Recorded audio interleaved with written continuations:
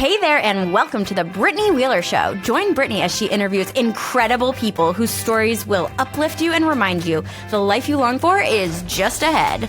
Buckle up for an inspirational ride to your best life. Take it away, Britt. Everybody, and welcome to the Brittany Wheeler Show. Excited to have you on today. And if it's your first time listening, welcome. You're going to be in for an incredible experience to hear a really good friend of mine, someone that I've known for a long time, but yet I'm going to be learning a lot of new things about her. If you're watching us on YouTube, you're already seeing who my guest is on the other side, and some of you may know her and some of you don't. So I'm going to jump right in and introduce her, and just really excited for what you guys are going to experience today. She's a wife, a mom, a dog mom, a daughter, a sister, a friend, a licensed professional counselor. She's a former NCAA athlete, a former Franklin Pierce alumni, a friend of mine. Please welcome Danielle Dipisa to the Brittany Wheeler Show. Or her maiden name is Dolan, and we could talk about that too as well. But welcome, Dee. All the stories about that. Thank you. What a great introduction. I'm flattered. Thank you. Just take it around with you. And if anybody needs to know who you are, just take the clip. And you can... This is me. Thank you. That's it. If new clients or professionals, colleagues are wondering who you are, go to a networking event, here it is. Here it is. I don't even need business cards anymore. Thank you so much. Don't need business cards. You're welcome. That's what the Brittany Wheeler Show here offers you, is that experience. So excited to have you today. And I love that this show gets an opportunity for me to talk to people I know. It also gives me an opportunity to talk to people that I know that I haven't talked to in a long time. So for the audience, you guys are probably going to be learning some stuff that I didn't know, and we're going to be learning that together. And I think that's also really cool, that sometimes there's going to be things about you that I know and things that I don't. And it's special. I think it's a really beautiful space to be in. And so I am really ready just to do this the entire episode. But before we do that, I want you to share, and again, you didn't sign an NDA, so I'm bracing myself for what you're going to share. But I have the guest either share why they said yes to the show, or how did they first meet me? What was that first introduction or a story of us? So I'll let you decide what you want to share. But again, I'm just going to be like over here being like, what you going to say? Well, I've been thinking about this because I'm like, there's a lot of stories I could probably tell, but I can't remember exactly like first time meeting, because I think what it is with like Franklin Pierce, like our class, like even if you weren't necessarily in a friend group with someone, you knew that person. And then when you just happen to be at a party or something with them, you're like, yeah, I know who you are. You don't know who me. Oh, wait, hey, yeah, face with the name, right? But we were in the same friend group and everything. And so I think we just all blended at one point, right? Yeah. But I would say one of my favorite stories about us is when we lived together over the summer, going into junior year. And you're like, I want to go try this place in Keene. And it was like this restaurant, and it had like 1,000 different dipping sauces. I don't know what the name of it was. Oh, Do you remember what it is? Fritz's. Fritz, that's what it was. Yeah. And so we went there, and I'm like, okay, let's go try the dipping sauces. And oh my gosh, like there was like 20 different dipping sauces. You're like, try this one, try this one, try this one. And I'm like, this is amazing. It was the best. It was like, you don't have to worry about your fries not having friends. Like there were so many dipping sauces. Yeah. Oh, it was so many dipping sauces. But I think the biggest thing that always stands out for me was just your amazing personality. It just, you just knew who Britt was. You just knew. Wheeler, you just knew who you were. You were the person, the personality on campus that everybody just was like, that's a positive ray of sunshine over there. Well, thank you so much. That's so sweet. Guys, I didn't pay her to say that. She said that really organically from herself, just so you know. Thank you. Yeah, it's always, again, we have a lot of stories, and a lot of the stories that we probably have are not appropriate for a podcast. So we will not say them. But yes, I do remember going to Fritz's with you, and the dipping sauces, they were awesome. Like, it was like, what? Oh gosh! And now I want French fries. Dang it, Dee! Come on! Sorry. Now I'm craving them. But it comes back to Franklin Pierce again, and I am loving the opportunity to interview alumni. And I'm hoping to be able to interview alumni that I don't know, that are people that I know through other people, and it's so cool from all the people that I've interviewed so far. Like, what stays the same, the theme that why Franklin Pierce means so much to us and why we enjoyed it, had nothing to do with the classroom, had nothing to do with the degree we got.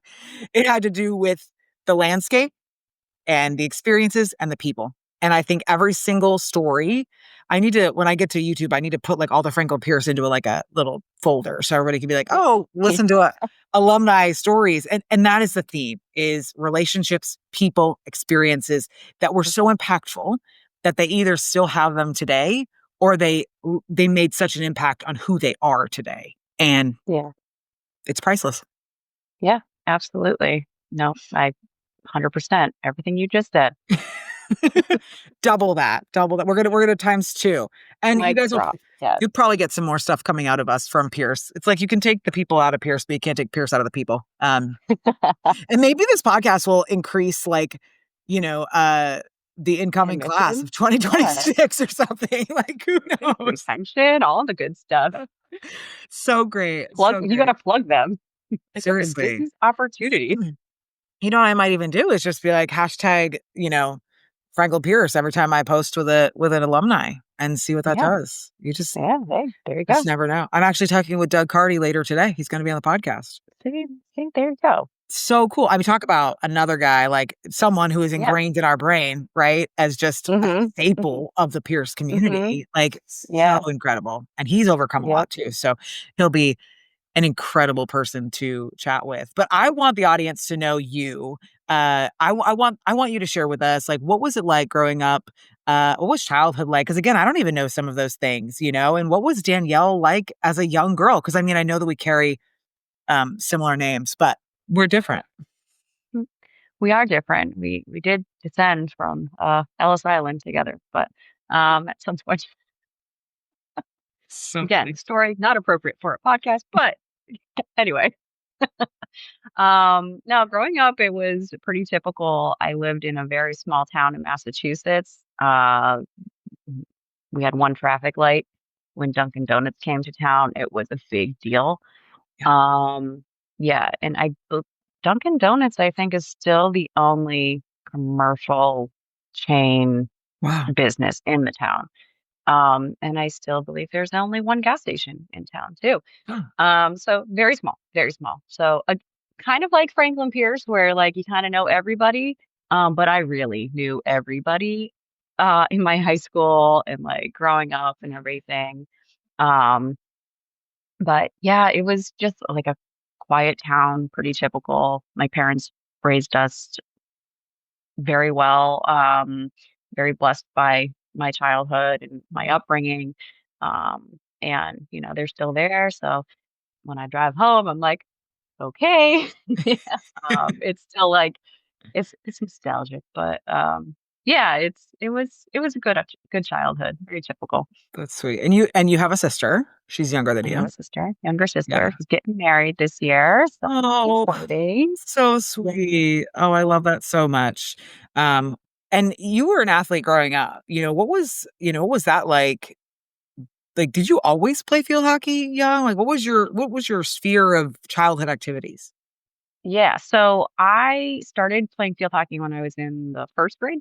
At like just this little camp that we had.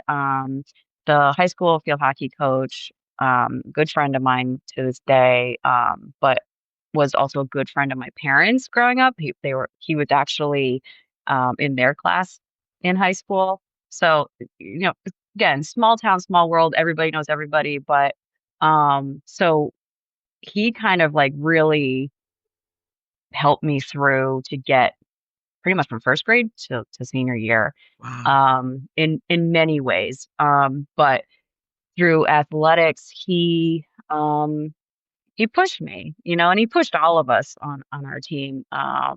In high school, we made it 3 consecutive years to the state championship, which was awesome. The third year, my senior year, we finally won in triple overtime. So it was like the most exciting game ever. But yeah, we had a phenomenal team. And like to this day, I'm like, if all of us all went to college together, like we would have been like UConn women's basketball, it would have been amazing. But Yeah, really, it was such a phenomenal program, and just really instilled the love of the game for me, personally. And, field hockey helped me in many ways, not just athletically, but just how to be dedicated to something, how to persevere through challenges. And I went through some challenging things in high school personally. So kind of getting myself out of that into Franklin Pierce was a huge step. So field hockey has been a huge part of my life, and it still is to this day. Hmm. How did that how did that transition work? I feel like I've talked Mhm. to Mark Shannon. Well, I Mhm. did talk to Mark Shannon. And we had that conversation about, what you dream of doing as an NCAA athlete, and then what actually Yes. happens, and how he Yes. had a crossroad moment. He had an opportunity to decide. He got injured, and I kind of forget that he played baseball because he just did such a good job of not being a baseball player and just really blending in with everybody and being friends with Mhm. everybody. But he had a Yeah. choice to make. Is he going to just like sit out, or is he going to be a part of the team? And he stepped up. And so but he was honest about, Mhm. what that transition looked like and what he was really dreaming of being as an NCAA athlete. What was that transition like for you from high school to college, and how did that play out? So funny enough, like in sixth grade, I promise this will get to the question, but in sixth We grade, love long stories long on the Brittany Wheeler Show. that's my ADHD. I have to tell you way more information than you actually need. So no, but in sixth grade, like how the way our schools were set up, sixth grade was like your last year of elementary school. And we got to make little like profile blurbs about us as we graduated into middle school. And so I remember writing, it was like, what do you want to be when you grow up? Or what are your goals? And my goal was, I am going to get a field hockey scholarship to go play in college. That was my goal in sixth grade. I remember that. It might have been the goal before that. I don't know, but I know definitively sixth grade, at least that was Yeah. something in writing. Um, and so I think that was always something I was working towards, and really tried at. I would do, y- I all the recruiting stuff that you have to do for college and all that good stuff. But um, it was It was fun. I enjoyed it. I think I enjoyed the thrill and the challenge of it. And, that transition when I was able to, I walked onto Franklin Pierce's campus because I was getting recruited by the coach at that time, and did an overnight, the whole bit. And I fell in love with the campus. I just fell in love with it. And I remember getting in the car on my way home after that visit and just telling my parents, I was like, that's where I want to go. And then my, Mhm. my mom was like, okay, they'll call the coach so that you don't screw it up. So I remember calling the coach pretty much like as I'm almost home. And I only lived like an hour and 15 minutes away. So it wasn't that long after I had Yeah. left. I was like, I'm coming. And she's like, all right, just made my day. Great. Awesome.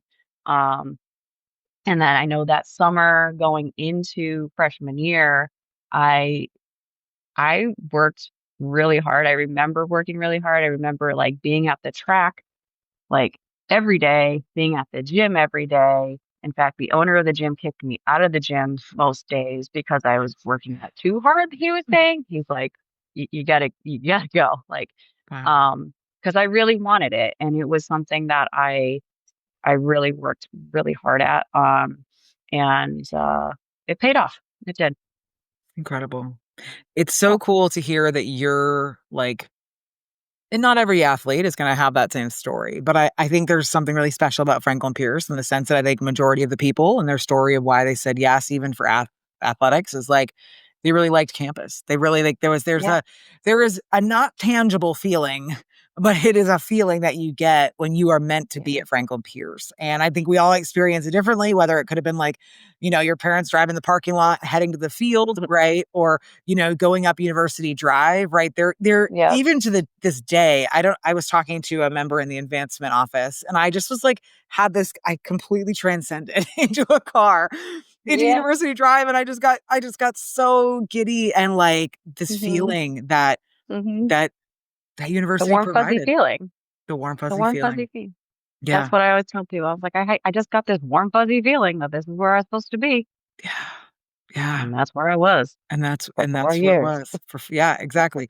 Was there what was the recruitment process like for other universities? Did you have several that were like, "We want you. Come on." I know I did get offers at like 4 other schools, but Franklin Pierce, I just the feel of the school was great. Um,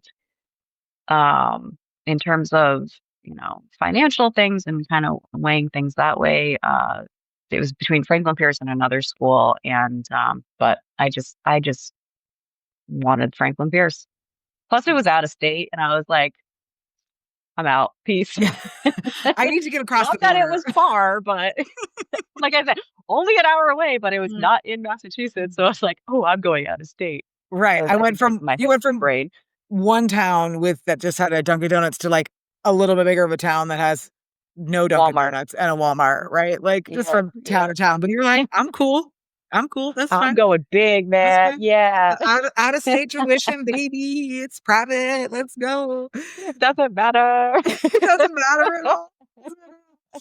Okay, so because I obviously, my best friend who has an Mhm. episode on this podcast, she's the Yep. intro. She played with you for 4 years, and I got to kind of be like even though I was a club athlete and I played rugby, I still was very like I had a lot of friends that played different sports. So I was very much like intrigued on like what happens on the other side. And so I just would love to know from you, like what were some of the most profound things? Because I think that again, a lot of young individuals that are listening are like, oh, I can't wait to go into this collegiate sport. This is gonna be my dream, this is gonna be the thing. To then ultimately realize that like that may be where it ends, right? That like that professional dream of how more I could do Mhm. and they sometimes miss the opportunity to grow in the place, right, that they're in. And so I would love to know for you, what were some of those moments like that field hockey at Pierce and all that you navigated actually was a catalyst for some of the things that you're doing now? Mm. So So first and foremost, I also liked Franklin Pierce because it was Division II and it was the balance, the life in the balance. That was the slogan, right? Of student athlete, student first, athlete second. And for me, like 'cause I always wanted to be a therapist. That was also my goal. How I got to be a therapist was not a direct route by any means, but um I knew I wanted to study psychology, so I needed to have a school that also had the things that I wanted to study because in case field hockey didn't work out, because there's always that chance, there's always that possibility you could break your leg. Something else could happen that tells you, hey, you can't play anymore. Um, so those were always things in the back of my mind too. Like I'm a planner, so I always have a plan B no matter what. Yeah. And if, you know, I got lucky, I feel like. I also, I worked hard, but I got lucky having the opportunities I did at Franklin Pierce with field hockey. Because I know other people didn't have that same experience. Yeah. Um, and and they could have worked just as hard, if not harder than I did, right? And Yeah. it's one of those processes where college sports they're ruthless, and once you're there, once you sign that contract, like they own you. And even if you think that you're great, they might not. Yeah. And you could have been recruited just to be a practice player. You could have been recruited to because you were the hype girl. Like you don't know what that is um, until you get there. And your recruiting coach is not the coach that you're going to get on the field either. Yeah. So, of course, the recruiting coach is the sales coach, right? I'm going to sell you this program. Yeah. And then when you get there, you could have a totally different experience. I personally had a great experience at Franklin Pierce, but with field hockey, but I know that that's not a mutual story for everybody. And uh, it's I think it's everybody has their own cup of tea though too. Yeah. Um, and yeah, so it's I don't even know if I answered the question. No, yeah, and I think to what you were saying, I think that, I am we were just talking about another alumni who her podcast came out Yeah.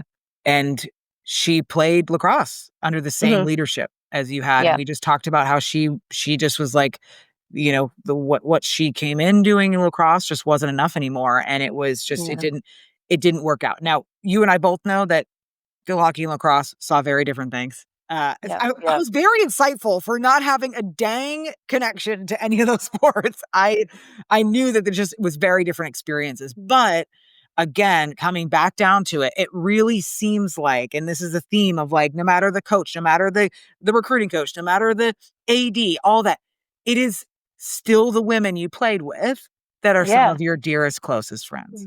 Right. Yeah. And I think that is a culture that Franklin Pierce offers that almost transcends every challenge. That if you're willing to just push through and to grow through, that at the end of the day, what you'll still have is the people, regardless if your experience is a little bit different. Yeah, absolutely. Absolutely.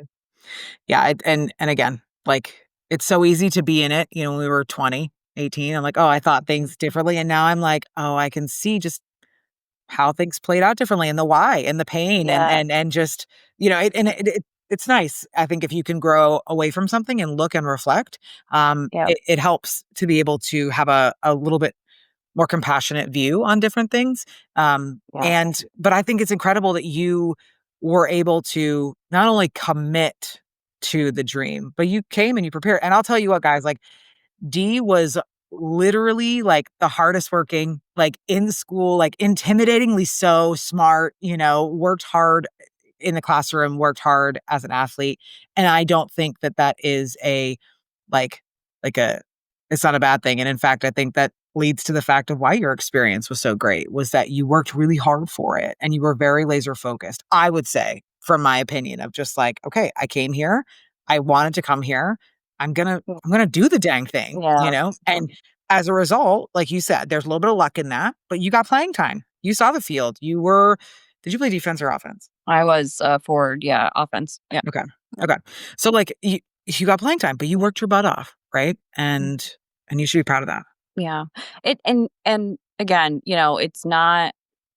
I think having that mentality, I think now being in my 30s, you kind of look back on stuff and you're like, okay, I could have done things differently, and I could have approached things differently. And sometimes I think about my Franklin Pierce days and I'm like, I am not that same human anymore. Like just how my personality is, I feel like, has shifted in a way. My realization, I would say I was a very naive human. Franklin Pierce days, very naive. My world had not expanded yet, and I didn't get reality really until after. So as much as I was like laser focused in that, I missed out on other things, and that could have been more genuine friendships. It could have been, those connections with people deeper, or I just think those are my wild days. I feel like that's how I label it. And so it's definitely a big reflective point in my life, I would say. Yeah. And again, you cannot, I mean, every person, I don't think I've ever read any Franklin Pierce alum that has been like, every part of my experience, I have no regrets. I wish I didn't do, like, I think there's an element of us, right? That's like, gosh, I wish I wouldn't have. Like, I literally interviewed Peter Ward and he was like, I should have not drank so much. And like, we were both like, agreed. And so it was one of those moments where I think there's all things that we're like, oh, what if we could have? But what I love about how you are just positioning yourself in your future and for what you're doing is like, okay, like very reflective. I'm like, okay, I wished and would have done things a little bit differently, but also I don't really believe there's like, it's never too late. And what I'm experiencing with these interviews and what I'm experiencing with the rise of Ravens coming out of the ground in support of these interviews is showing me that some of those things you just talked about, there's redemption, right? There's going to be moments of like reconnecting and being able to like, just like, hey, how are you doing? Like, set, and it's not necessarily set things right, but like, just be like, okay, I have peace, right? That they're good, I'm good. We talked, about Kev and just that peace that you feel about, oh, wow, these people are doing great. And And I think that there's wholeness in that as well. So I'm honored that that is going to come, and that's already coming from people that are hearing different episodes and super engaged and excited and are like, I don't know. I think there's something special about that. So don't sit too much in the, I wish I could have, I wish I couldn't have, because I know there's redemption in that and opportunities that will arise. And I mean, we just had an opportunity we're not going to say online where you told me a story, and that story was really relevant to my best friend who we hadn't talked to in a while. And I'm like, this is great. See, these moments are happening, right? Where you can reconnect. Yep, absolutely. And get to know each other. There's definitely a theme I feel like that you are kind of stepping into after you graduated. And that's just going from this, what you consider naive, to some challenging reality in some life. And there's a lot of things that you've experienced, even the past several years. On this podcast, we talk about choosing your hard. And it's that crossroad moment where all the decisions you can make are hard. It doesn't matter. All are hard. But the decision that you make is going to ultimately lead you to the better version of yourself. So I would love to know, what is a choosing your hard moment that comes to mind for you? Well, I have a lot, I feel like. Yeah, But, let's go. and, and I honestly, I think I'm in one right now. Like, I think I'm living one at the moment, with that transition of being, sorry, my dogs. Oh, you're fine. They're part of the show, honestly. They want to be. Um, Transitioning from trying to be a full-time working mom, being a mom too. Like this part of my life has been like, I thought I knew, like, very career driven, all that, I never in my life before I met my husband, I never really thought about, oh, when I have a wedding, like, this is what this is going to look like. I wasn't that girl. And, it wasn't until after we had met and everything, I was like, oh yeah, I could get married. I could have kids. Yeah, I could do that. I could do that life. Sure, sure. So funny. But up until that point, I was always my career. I got to get a good job. I got to get my degree. I was very focused in that sense, and I did all of that. And but now I'm a mom, and I love being a mom. And I'm like, I don't care about all that other stuff. Like, this is the most important piece of life. And so I'm really trying to put my all into being the best mom for them. And but also trying to navigate, okay, how can I balance the career piece? Because I did work really hard for that, and I'm not just gonna give that away. That's not gonna happen. So I'm kind of in one of those moments right now, I feel like. But yeah, I mean, even choosing Franklin Pierce to go there, I had a situation in high school where it wasn't a great relationship situation I was in high school. And going to Franklin Pierce basically was like a step towards my healing process too. So, that was hard. When I felt really trapped in something for so long, and then I had this opportunity to like get out of it. But I think that's why I was so driven, because I was trying to focus so hard on something that wasn't that other thing I was going through. So yeah, I've had a few moments, but those are the two that really stand out. The one in the past and the one right now. Yeah. I mean, that's so beautiful. And I know that both are going to resonate, right? Yeah. With people. And I know that the one you're experiencing now and what we're going to talk about in a few minutes is also going to really resonate. And I've been so passionate for the past 10 years about really advocating for women to be able to have choices and freedoms. Yeah. I have watched a lot of my amazing friends become moms, and I have watched what you're experiencing happen over and over and over again. This crossroad, this juxtaposition of who I talked myself into, who I became as a young adult, and then I became a mom, and who my heart is really shaping to be. Mm-hmm. And how can I be both women? How can I love these kids all my being, but also find joy without the mom guilt in what I do, day to day? Yeah. And there's not, there's not one right way. No. I think it's ultimately about just again, like I come back to like being able to have choices and being able to decide what is best for you and your husband based on what you guys want, right? Mhm. And I think a lot of women don't they don't know that it's okay to continue to swim until they find those choices and freedoms. Mhm. They feel like they have to make a decision and they have to pick one or the other. But sometimes if you just wait it out a little bit, and I think you're experiencing that, like really like Mhm. seeing how things move about, what other opportunities come about, scheduling changes, shifting, like it things actually will probably afford you more choices Yeah. if there's just a little bit more time, you know? And some of those things are making really tough decisions. I have a really good friend of mine who made a tough decision to leave, one job and go to another. That was really hard. It was a decrease in pay, but the flexibility and the longevity and just even in the short time, how her kids have been able to just be more present at her job when scheduling conflicts Yeah. happen, right? And so is just willing to make some of those tougher decisions and kind of work through it Yeah. until you find that peace. And that just might also be where you're at is like, all right, we got to keep swimming Yeah. until we figure out what Yeah. fits and feels best, but also knowing that I watched a lot of women in our like big sisters generation, so in their 40s and 50s, that they just made a choice. Mhm. And most of the time it was to be a mom. Mhm. And what I have found is that so many of those women have spent years rediscovering and years of trying to identify who they are outside of being a mom. Mhm. And so if you can go into this place in this season being like, no, both of these parts of me are valuable. How can I do that well? And it's going to ebb and flow, Mhm. right? Your kids are really young. It's going to look different now than it's going to look in 5 years, Sure. but to give yourself grace, right? In Yeah. that process. Right. Right. Yep. That's what my therapist tells me all the time. Give yourself grace. Give yourself grace.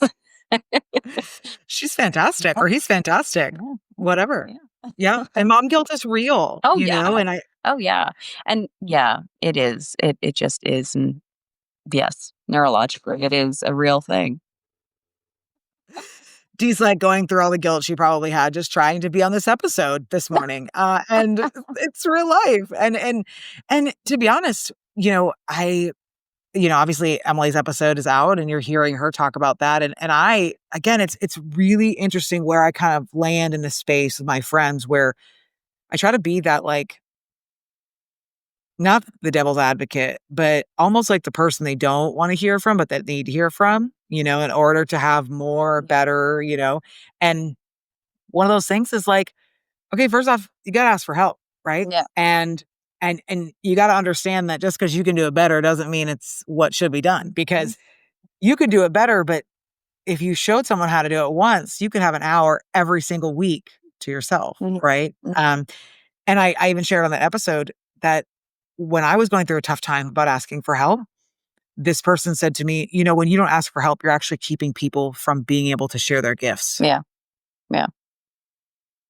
And I was like, oh my gosh, I don't want people to suffer on behalf of my inability to ask for help. I want people to be able to share their gifts and be able to just love on people. Mhm. And that's easy to lose sight of. Right. Right. Right. Absolutely. Yeah. The crazy, the busy, all of that. Yep. Um, One of the things I want to dive into, and I know we're going to spend some time here, is just what you've been navigating the past couple of years. And I am really looking forward to this conversation because it is one of the first of its kind that I've ever had on the show.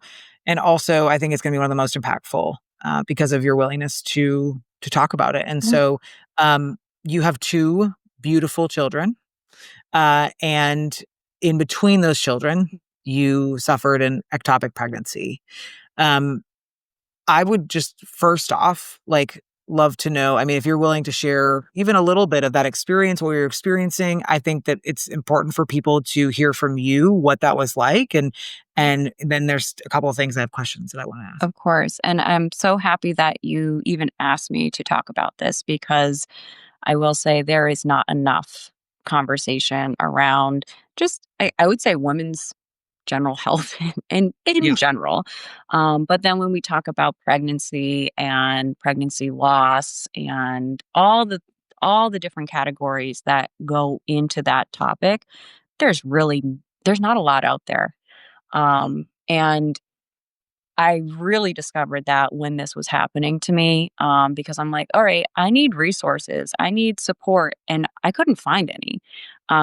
There was one Instagram page that was like my go-to, but that was it. Mm. Like, and this woman who, she's been such a great advocate for ectopic pregnancies and everything. But an ectopic pregnancy, I can explain exactly like what that Yeah. is and how it's different than a miscarriage, because I know sometimes that is a misconception that an ectopic pregnancy is a miscarriage. Um, a miscarriage happens 1 in 4. So about 25% of the time, pregnancies will end in miscarriage. An ectopic pregnancy is 1 in 80.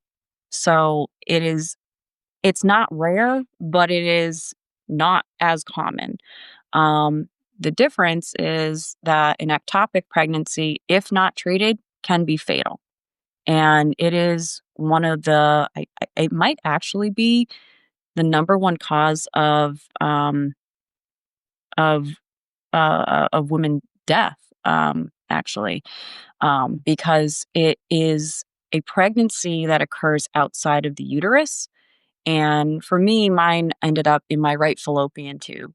And it was literally the worst 72 hours of my life. I will just say. And I didn't even know it was happening until I was on the operating table. Um, so I'll try to make the story quick, but No, no, you got the stage is yours. Go. okay. Because I'm not going to put 72 hours here, but but I don't have quite that much space in my storage, but maybe 7. yeah, We could do 7. Yeah. yeah, okay. I'll try to get it down to 7 minutes. We'll go. However many Yeah, however many donuts your mother-in-law brought for the kids. That's really all the time that we yes, pretty much. Um, but so I found out I was pregnant with the second, because I had my first, and found out I was pregnant with this particular pregnancy at around 5 weeks, and I didn't want to get too excited because obviously it's very early, all that good stuff. So I told my son, who was 2 at the time, around 2. He couldn't speak yet, so I was like, "This secret's staying with you because you can't talk." So, Life hack for all the second-time mommies. mhm, Tell your 2-year-olds because they don't know. they don't know. They can't They they can't say can't do anything. it. Yeah, that's it. So I told him, I'm like, "You're gonna be a big brother," and I told my husband, obviously, and we're like, "All right, we're not gonna tell anybody." It was the beginning of March, so, like, St. Patrick's Day was coming up, so I'm, like, on Pinterest, like, "Okay, we can announce it maybe St. Patrick's Day and get, like, ooh, someone got lucky," all that good stuff. Um, and then a week later, all that changed. So, I woke up in the morning and discovered, okay, like, I'm probably having a miscarriage. So, I was upset, but I wasn't sure, and, there's sometimes, there are some signs that could be misrepresented, of a miscarriage, and it could just be, like, implantation stuff that's happening. So what I did, it was a Sunday, so I made an appointment with urgent care, because I was like, "Oh, my OB's not in. I'm not gonna worry too much about it. It could be nothing, not a big deal." And so I wasn't able to go in person because I was in a lot of pain. And so I just did the video call with an urgent care doctor. And after I was describing what I was going through, they're like, "Yeah, most likely you are experiencing a miscarriage." So, of course, that's devastating. And, I'm in my feels and everything. And I Yeah. call my husband. I'm like, "Call my mom. I need my mom."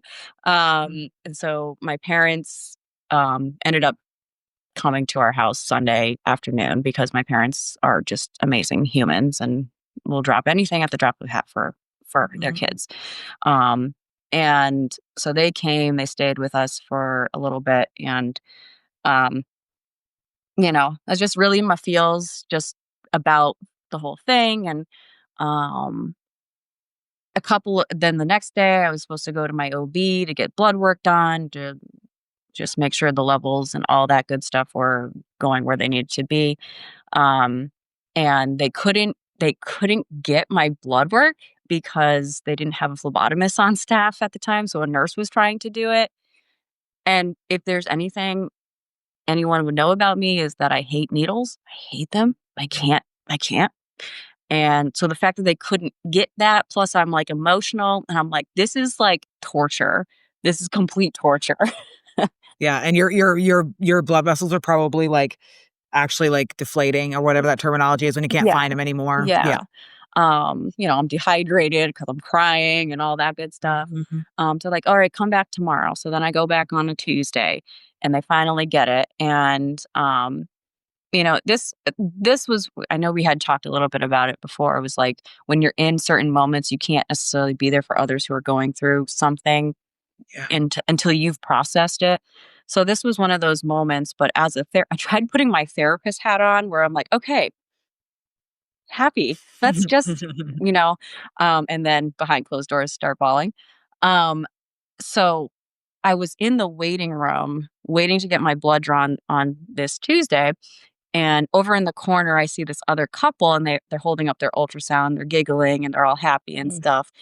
And honestly, I was like, I am so happy for that couple over there. But inside, I was like, I feel so bad for me right now, Yeah. you know? Yeah. And then, so I held it together. I'm like, I'm not going to be the sobbing girl in the corner when you are having your moment over there. This is exciting. I had Yeah. that moment. Because you've been there. I've been You've been there. there. Yeah. Yeah. I wouldn't want a sobbing girl in the waiting room either. So I was like, I'm not going to be that girl. Not So going to be that profound girl. of you, by the way. Like, I just want to take 2 seconds and recognize that, like, the self-awareness that took to sacrifice your pain just for moments to honor someone else's joy, that's incredible, Dee, because that's not easy to do. Yeah. I think that comes with your training, but it comes with a lot of self-awareness that, like, you saw the value in, okay, suck it up, buttercup, for 10 minutes till they leave, then you can lose your shit, because you would never want to inflict what you're feeling on someone. Yeah. That everybody listening to this podcast needs to hear that and apply it to every single thing in their life, because we so often than not inflict pain because we're not aware of our own. Yeah. But keep going. Yeah. Continue. And obviously it's not an easy thing to do either. But so with that being said, as soon as the nurse called me in and closed the door, I ended up bawling my eyes out. And to the point she's like, do you need to talk to somebody? I'm like, yes, I need to talk to somebody. Like, yes, I need to. That's why I'm here. That's why I'm here. Like, and this is the part where I'm like, maternal mental health is not present in these moments for women. And it's so devastating that this has happened. Not just to me, but like in general, this happens all the time. And I think that's why I like doing what I do now, because I want to be more of an advocate for situations such as this. And this is why I'm happy that I'm talking about it. But anyway, so they finally get the blood work, all that good stuff, and it's not changing. So they're like, oh, that's weird. But we'll come back in next week and we'll try it again. So like no ultrasounds, nothing. I'm in excruciating pain. Like I can't even describe to you the type of pain that I was in. I was starting to get shoulder pain, which is a clear sign that you have like blood in areas that are not supposed to be there. So then the next day I, again, and through all this, I am still going to work. I'm still being a therapist. I'm still like trying to put my own Be a mom. You're still a mom. Yep. And yep. And so by that Wednesday, I'm like in so much pain. Luckily my day was very light. I only had like three or four clients that day. But I remember going home early and just sitting down, and my husband went off to the gym. And I remember telling him, like, I'm just in like so much pain, like physical pain. Like, I don't think it's supposed to feel this way. He goes, well, call the doctor again. So, I'm stubborn because I'm a Dolan. I'm stubborn and we don't ask for help. And that's part of the issue. But I was like, all right, I'm going to ask for help. So I call and I get this on call doctor who's at the hospital. And she was like, I don't know you that well. I would feel better if you came in and we did an ultrasound and we can, see what's happening. I'm Where like, was she yesterday? right. So this woman saved my life. Long story short, she saved my life. So I call my husband. He comes back home and brings me up to the emergency room. Um, and they did an hour and a half ultrasound on me. And so they put me back into triage in the emergency room. And then the physician's assistant comes in and goes, so you're experiencing an ectopic pregnancy and we're looking to do surgery tonight. So, and I'm like, wait, what? What? I was like, what is an ectopic pregnancy? So, because I didn't really know what it was. I thought I was having a miscarriage this whole time. So of course, so then she leaves. She's like, these are great questions for your doctor who's going to be in momentarily. So within those 5 minutes of time, I'm on Dr. Google and I'm like, okay, what's an ectopic pregnancy? And I'm reading all these things like number one cause of maternal death. And this is what could happen. And so I'm like freaking out, having a absolute panic attack in the ER. Um, Texting my mother-in-law to be like, I need to see my son. I'm gonna die. Like, I'm like, Oh my God. I'm like in this like state of As you should be though. Like this was not handled well at all. no, not at all. And thank goodness for this doctor that came in and found this and told me to come in. She saved my life and she delivered my second baby also. Happy story after that. But yeah, so she comes in, she's trying to explain to me, she goes, there's nothing that you could have done to have prevented this. Sometimes this just happens. It's not that common, but it's also not rare. It's like one of those weird things. She goes, but if we don't operate, it it could be bad. Um, so, I have to sign off on everything before I go into surgery. The blood transfusions, all that stuff. Do you want us to resuscitate? I'm like, yeah, I got a kid at home. Like, yeah, Yeah. do what you got to do.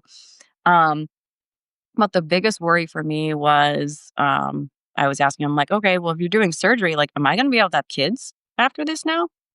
And they're like, well, if we can save, you know, the other fallopian tube, then yeah, you'll be okay. And so, like, I have all these questions, but there's like literally no time to have those questions answered. All I remember is after that, like having a panic attack, panic attack, panic attack, the anesthesiologist coming in and finally saying, like, are you nervous? And I'm like, yeah. He goes, I'm not, don't worry about it. And like his joking, like, helped me so much. And then I hear like him and the doctor the surgeon, as they're just like chatting about their day and stuff and like what they're gonna do over the weekend. I'm like, okay, they know what they're doing. They know what they're doing. It's okay. It's okay. Yeah. And it was a quick procedure and I was home that night. But it apparently it wasn't good. And if I didn't go in that night, I don't know what the story would have been if there would have been a story. So I'm very, very grateful for that doctor. I immediately switched to that doctor. Yeah. Yeah. And I was like, anything that has to do with my lady business is your business now because I I don't trust anybody else. You're the only Yeah. human now in the world that I trust with this stuff.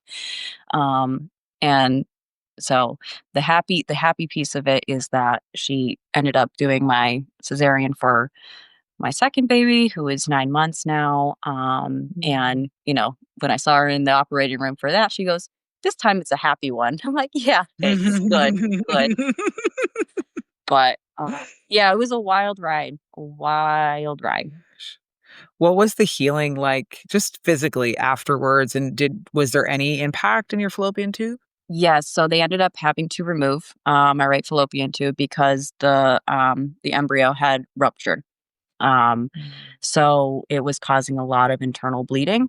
And so they had to remove the fallopian tube, but only the one, and I was able to get pregnant again with just one fallopian tube, which is also something that people don't understand either. Is that you know you can you can still have a successful pregnancy after an ectopic pregnancy. Now, mentally, it's really hard because you fear that happening again, which it can. Your chances of it do increase. And I think that was like the biggest conversation my husband and I had because, you know, we're like, do we want to risk this again? And I was like, well, we said we wanted 2 kids. Like, we have to have 2 kids. And I'm so grateful that we did try again. But I joked, but then I was very serious with my doctor and the surgeon. I was like, while you're in there, you might as well just take the other one too, because pregnancy and me just don't work. It's just not a thing. Um, so so she took my other tube. Okay, So now so we're that's good. it. So this We're goes back good. again to me. What a constructive one-stop shop model, like just Yeah. and my best friend literally had a crazy birthing story. Like it literally happened within like 15 seconds and it was insane. And it was like, Mhm. and she was like, oh, my husband's here. Can you just also take care of him so we can make sure this doesn't happen? Can we get this done? Mhm. I'm like, why don't they offer those more inclusive services? Like buy two, get one or something, like Yeah. why not? Why not? Yeah. How was, because again, you and I were talking about this offline of just the importance of not only representing and speaking for women, for yourself, but also speaking for their spouses. And what Mhm. was that like for your husband? And honestly, I just love to know if you're willing to share, like, Yeah. how has that just encouraged your marriage and communication and where you guys are today? Well, I mean, definitely it impacted him. I mean, he jokes around a lot. So, to get a serious answer out of him, I probably never would get, but I know that that was a very scary moment for him, obviously, too. And he jokes he jokes around, he goes, "I can't raise 2 kids by myself, so no, we're not doing that again. That's not happening. I can't, no, no." And I'm like, "Well, I don't plan to have that happen for you." Um but yeah, I mean, i it's something that when you go through something like that with your partner, with your spouse, it brings a closer connection that people just don't get, unless you've kind of been through it.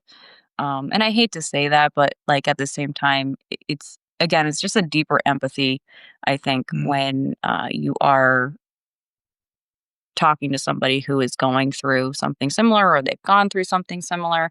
Um, yeah. I was blessed in a way of knowing someone else who actually went through another ectopic pregnancy like a month after I did. We had a mutual friend, and then we kind of became, you know, uh, good acquaintances, and I'd like to consider her a friend. But having the experience of being able to share those stories together and um, for each other's support, because like I said, there's not a lot of support out there. But I would highly encourage anybody who's going through something like this, even, I mean, miscarriage as well. I mean, it is heavy. The subject is heavy, and anything related to even just being pregnant is heavy. You're going through so many changes, and there's not enough education out there, or at least we don't talk about it enough, or we Right. feel comfortable enough to talk about it. And as a therapist, I try to encourage people. I'm like, listen, there's nothing I haven't heard, and at this point, I feel like there's nothing I haven't experienced. So you might as well just tell me everything because I got you. Just tell them. Yeah. Yeah. So the timeline from your oldest was 2. Mhm. So what was the timeline between your surgery and then conceiving your second? Mm. So okay, so I had surgery in March. And then we were able to get pregnant again in October, of yeah, the That next same year. October. So I did go through some alternative treatments as well. I actually did acupuncture. with a phenomenal naturopathic physician in my town, who was also and is also, you know, one of the doctors that I will put my whole trust in this whole process. But yeah, so acupuncture was wonderful. You know, making sure I was eating right, supplementation, all the good stuff. Just making sure that I was creating the best place for pregnancy to happen. Um, Yeah. so, but it's physical work and then mental work too. So, Yeah, absolutely. yeah. And it's interesting because I love that we're having this conversation because I think that there's probably most of the women listening can relate in some Hmm. way. Like I think we don't talk about having miscarriages or having ectopic pregnancies, but like they happen, Yep. right? And I think being willing to um talk about them in whatever space you feel comfortable. But you and I talked offline, like you really have found yourself now in this season, right? So 9 months plus 9 months, that's 18 plus 6 months. So you're over 2 years Mhm. post this experience, right? What, like, how are you feeling as far as your healing, but then also taking those next steps and turning that into Mhm. purpose? Mm. So, emotionally now I can talk about it. I can, share about it and work through it. And so that's been good. But turning this pain to purpose, I think I do it in a way of as a therapist. Um, when I am working with people who are experiencing pregnancy or pregnancy loss, I sometimes I disclose. I'm like, listen, I've been there. I get it. And and I disclose because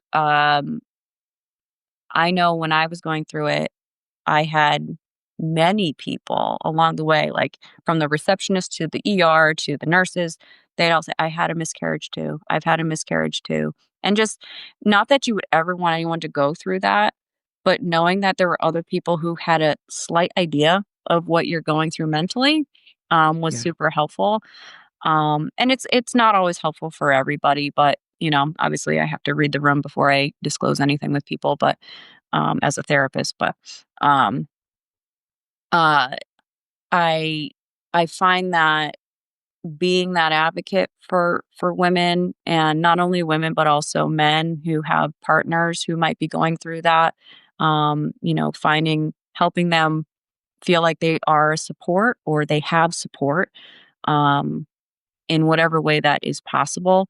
And sometimes they want to know. They're especially for men who are going through it. It's like they don't experience it physically. And my husband put it best. He's like, I'll never understand what you're going through, but I know what we have. I know, what we are fortunate for, what we're blessed to have. And, those are the things I'm going to hold on to. But, you know, I know you have your feelings about things too, and you're allowed to have those feelings. Yeah. Um, and sometimes you don't have to offer any advice or anything like that. Sometimes you just have to say, hey, I'm here. What do you need? What do you need? Yeah. Um, because your emotions change so rapidly in those moments. So it's a roller coaster. It's a roller coaster journey. But I think trying to advocate as much as I can for mental health around this topic is something that I really feel passionate about these days. And when I have, even just new mothers like that, I'm like, just bring them on. Let's go. Let's go. Let's go. Yeah. And again, like you're helping the person you once were. That's what we're supposed to Yeah. do? And um, I think that just it makes life so much more fulfilling. And obviously everybody's pain, whatever pain they're experiencing, we're not going to sit here and say that everybody's feeling the same things. Mhm. But if you can get to a place where you can see the light, you feel like I talk about it.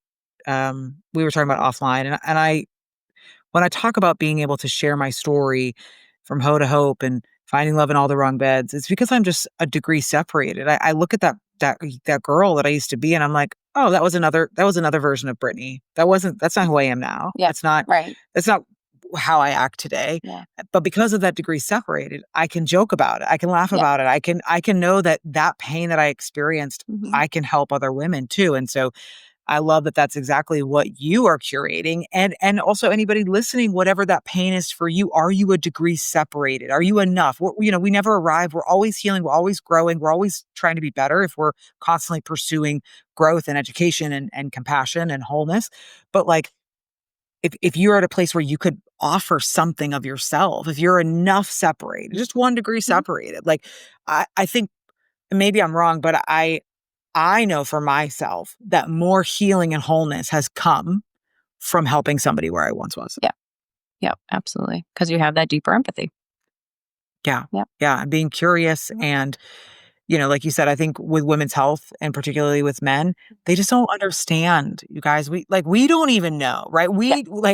Yeah. Currently you and I have bonded over the fact, like, I'm currently eating based on my cycle and nourishing my body with the foods that are going to best serve it at different times of the month. Like, that's insanity. Like, I would never have done that 10 years ago, right? But Hormones. hormones, right? But to the point where when we understand our body and we treat it well and we nourish it and we love it well, not only do we have a lot less symptoms of the bloat and the Mhm. crazy emotions and things because our body is responding to how it's being treated, but also we then can go and help out. Like, I can't wait to help more people be like, okay, this is my plan. I want to take 30 days and understand your cycle. And then we're going to eat well. And because I have just, even in the month and a half, I just have felt so much more grounding Mhm. and so much more, peace within my own body that the hormones aren't really having an impact on.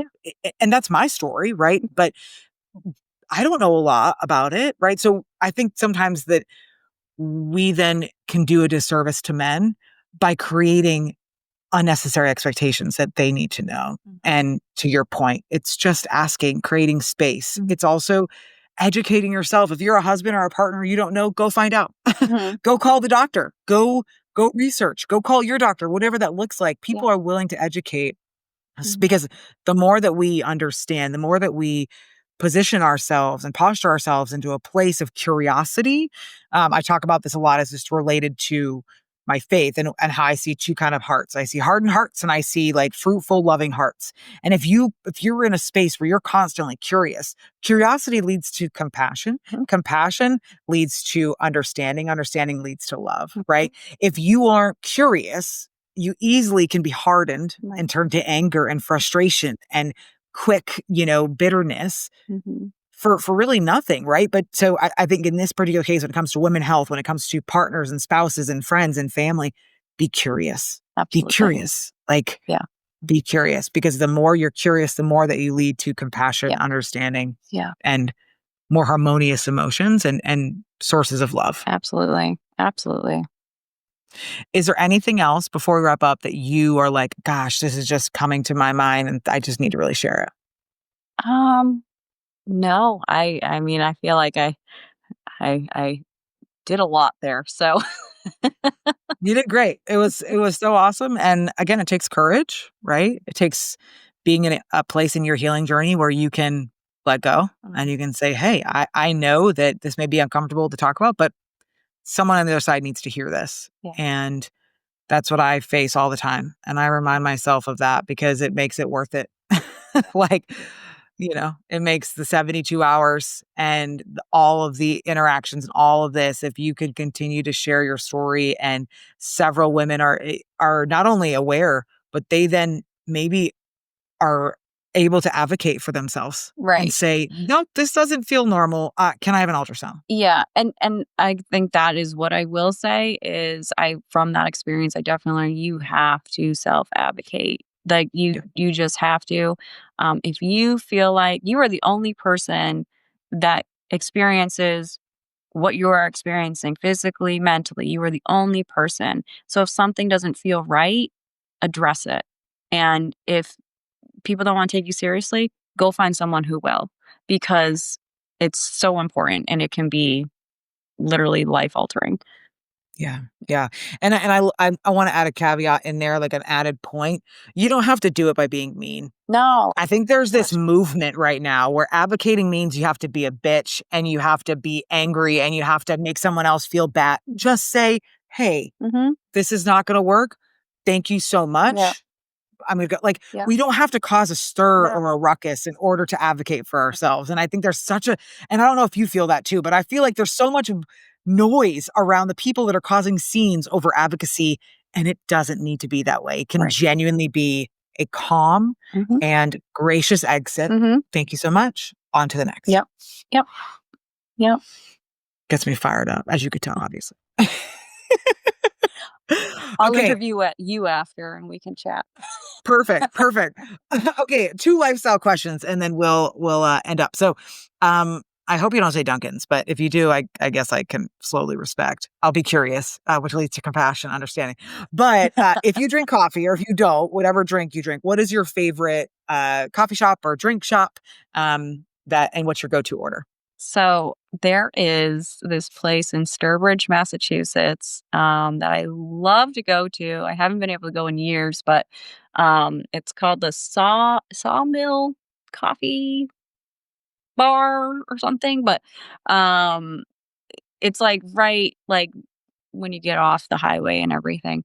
It's awesome. It's a coffee bar. So like if you're into that kind of stuff, like I know they do like live music at night and stuff, and that's really cool. But I mean So fun. the food is great and the bakery is great, but the coffee is awesome. And I always splurge when I go there and I get like the mocha cookie crumble, whatever that is, that all the calories, all the sugar.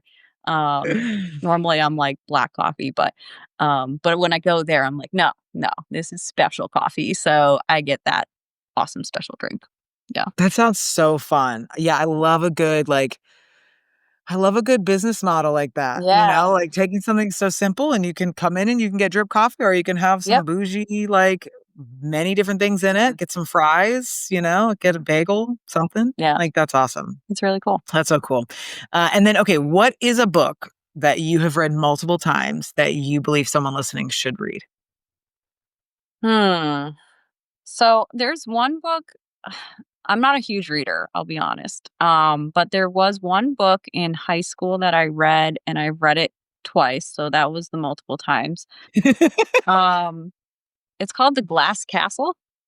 Okay. I don't know if you ever heard of it, but it's one of those books that you read in high school. They like assign it to you, but it kind of really instilled me wanting to be a therapist, because it is about this girl who has a very dysfunctional family. But the Glass Castle is about like even within all the dysfunction, they found the positivity, and like I mean, they were like homeless at some point, and then they're like scavenging around for food and like trying to beat around the system and all that good stuff. But the mother in the story like always tried to create like entertainment and like, oh, this is an adventure, or it was, and it was just kind of like an eye-opening reality for me, again, that stepping out of my naive stage of life is like, oh wait, people live alternative lives like this, like it's not just everyone goes to grandma's house on the weekend, like, oh, okay. So that was eye-opening for me, but I really enjoyed that book, and it really got me interested and curious, and yeah, I like that book. That's awesome. It's a teen read, but it's a good one. Hey, young adults. Yeah. Fine. That's fine. And I'll put both of those, the Sturbridge location of that coffee bar and the book, in the show notes. And I thank you. Like, that's all thank you. And I hope you had a good time. Yeah. Thanks for having me. This was fun. You're welcome. And again, I think there's going to be so many people that are going to be blessed by this conversation, by what you had to share, by your vulnerability, being able to relate to you. And I say this almost every episode, that it's not just about the people that you're going to bless, but also the people that you know, and people that you love, getting to hear your story from your mouth in a way that maybe they haven't heard it before or haven't had the opportunity to, because you don't have that time. And I think that this show, I love that it can be a gift for the guests as well, to be like, hey, go check out this episode, and getting to hear from your own words what you experienced. And I think that's really special. Thank you so much. You're welcome. You guys, thank you so much for listening, for watching on YouTube. Subscribe. I think that's something I have to say, but like subscribe to the Brittany Wheeler Show. Follow us on TikTok, Instagram. Just check out all that we're doing. I love that we are interviewing ordinary people like Dee, who is living an extraordinary life. She took something extremely traumatic and is turning it into purpose and continues to grow and to develop and to want to make a difference. And she lives in Connecticut. She's the therapist. She's not a performer. She's not on stage. She didn't write a book. Like, incredible humans that I love getting to give this platform to, because these are the men and women that you can most connect to. And I love that what we're doing is bringing all these different people right to your podcast, wherever you listen, right to YouTube, and getting to inspire and uplift you. So follow us in all those places. Listen to more episodes. And as always, do good things. Make me proud. We'll see you next time. Bye, everybody.